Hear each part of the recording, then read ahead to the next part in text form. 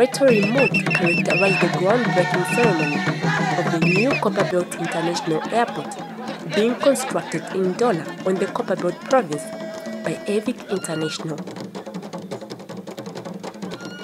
Republican President Edgar Chagwa Lungu graced the launch of the multi-million United States dollar project, which once completed would transform the civil aviation sector not only on the Copperbelt but Zambia as a whole. Renowned Zambian artists and Copperbelt-based cultural groups entertained the audience, which included, among others, cabinet ministers, Chinese ambassador to Zambia, and the Royal Highnesses from the Copperbelt.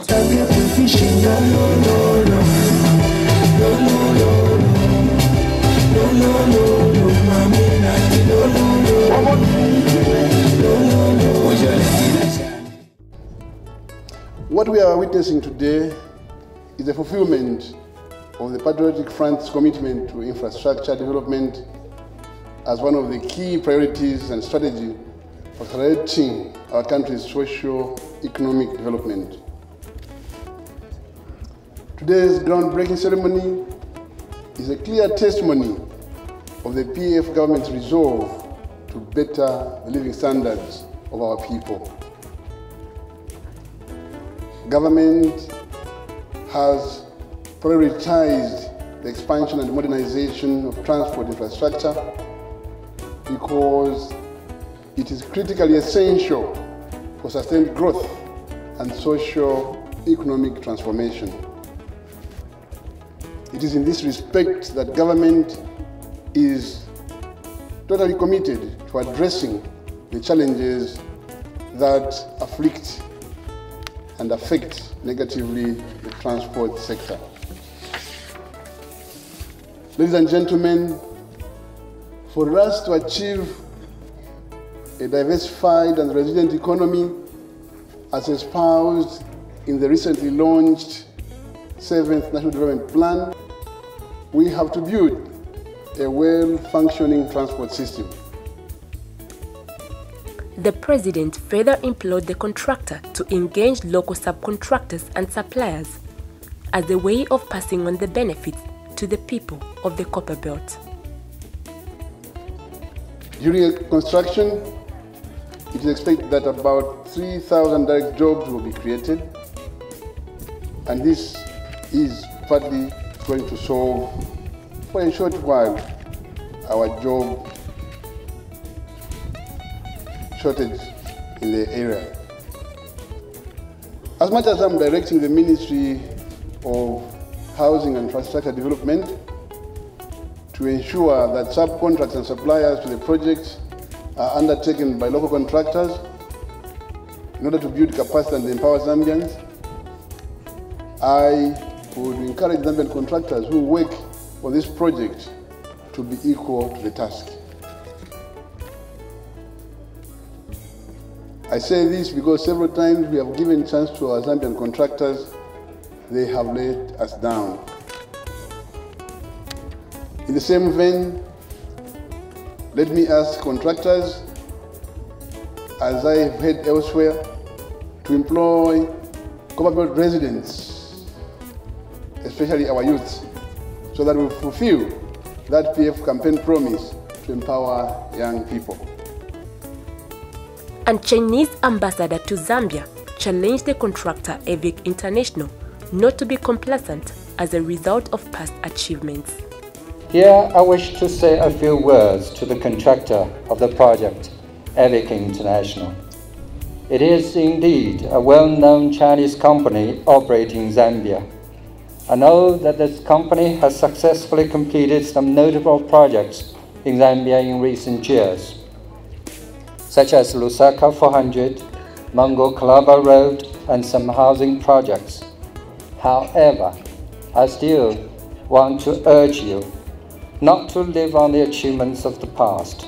Instead, you should exert your utmost efforts into the new project to complete the project not only in time according to requirements, but also with high quality. And I also urge you that when in the course of the construction process, you should employ as many local people as possible. The Chinese envoy, who catalogued various projects which his government has undertaken in Zambia, was upbeat at the new prospects that the Copperbelt International Airport will bring to the country once completed. As we all know, that China and Zambia share profound traditional friendship and enjoy a time-honored history of cooperation in the area of infrastructure development. From Tazara, which remains a strong symbol of China-Zambia, China-African friendship, to Tuta Bridge, which is still the longest China-aid bridge of its kind in Africa. And I remember last year, when our chairman of the Standing Committee of the National People's Congress visited Zambia, he initially thought of visiting the Copperbelt, but had to give up because the runway at President Andola Airport is too short for his special plane. With this new airport, it will no longer be a problem, as the runway will be long enough for Boeing 747, 777, Airbus 350 to land and take off. I'm sure that the new airport will significantly improve traffic connections of the Copperbelt, both within Zambia and with Zambia's neighboring countries, thus promote more trade exchanges, attract more foreign investment, increase flow of goods and personnel, and provide a greater impetus for the development of the Copperbelt province and Zambia as a whole. And of course, it will also serve to further enhance China-Zambia cooperation to the benefit of our two peoples and our two countries. The ambassador was optimistic that the airport project will open doors for further cooperation in the aviation sector. Located in the center of southern Africa, Zambia is poised to become a potential air transportation hub for the region. And China is one of the few countries in the world with the best capabilities for the manufacturing of all types of aircrafts. I therefore see great and very promising prospect for China-Zambian cooperation in the air transportation or civil aviation industry.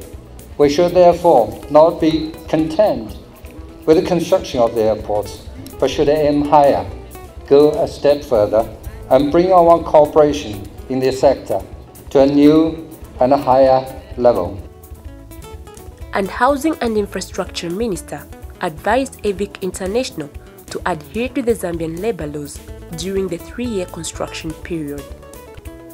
Allow me to urge the contractor to observe the Zambian labor laws and safety regulations in the delivery of this project. The contractor should ensure adherence to the program of work. To ensure the country gets value for their money, the minister called for quality workmanship. Your Excellency, the construction of this airport which you are launching today will last for the period of 3 years. And we have no doubt as a ministry that you give a closer supervision so that the Zambian people are given quality infrastructure that will stand the test of time, infrastructure that even our children and our grandchildren to come, they'll come and talk about. And Aviation International Vice President, who extolled the cordial working relations that have existed between the Zambian government and his firm during their over 30 years of operations in the country, was confident of lasting collaboration. To construct this airport successfully, we AVIC will cooperate with local suppliers in order to share the benefits with Zambians. As a state-owned Chinese company, Aviation International has been rooted in Zambia for more than 30 years. and Zambia is one of our most important countries. Being a reliable and trustworthy partner, Aviation International has successfully launched many public infrastructure in Zambia, and we do believe that our cooperation and friendship will last long. Your Excellency, today we are very excited to see the work being started. With continued support both from Zambia government and the Chinese government, I believe the project will be another great success. We will do our best to guarantee on-time delivery and good quality in order to satisfy you, our estimate clients. After the speeches, the President went to view the airport model. Zambia Airports Corporation Limited Managing Director was on hand to explain some of the features of the new airport. It's 400,000. So we projected at least in the next 15 years that this should be adequate. And then also the control tower, we've got an office complex, a cargo terminal being an area where there's a lot of mining activities. We thought also for aircraft also maintenance, an aircraft hangar there. Then the general aviation, knowing that they used to be flying clubs, we hope they'll come back. And then there'll also be a hotel there, there will be a filling station. But for aircraft fuel, there's a fuel farm which is here. Your Excellency, our wind here are mostly easterlies, so normally it's from the east to the west. 8 months, the wind is easterly, so normally they'll be using what we call runway 10 landing from this side. It's only during the rain season that times it runs from this side of the runway. Thereafter, the President got on one of the earth-moving machines to break the ground, signaling the commencement of the works.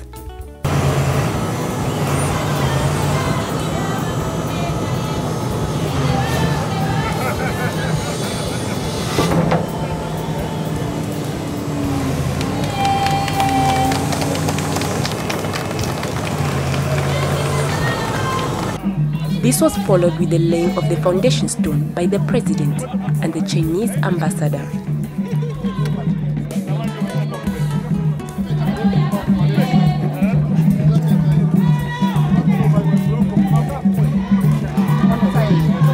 The Republican President concluded his assignment with the unveiling of the plaque.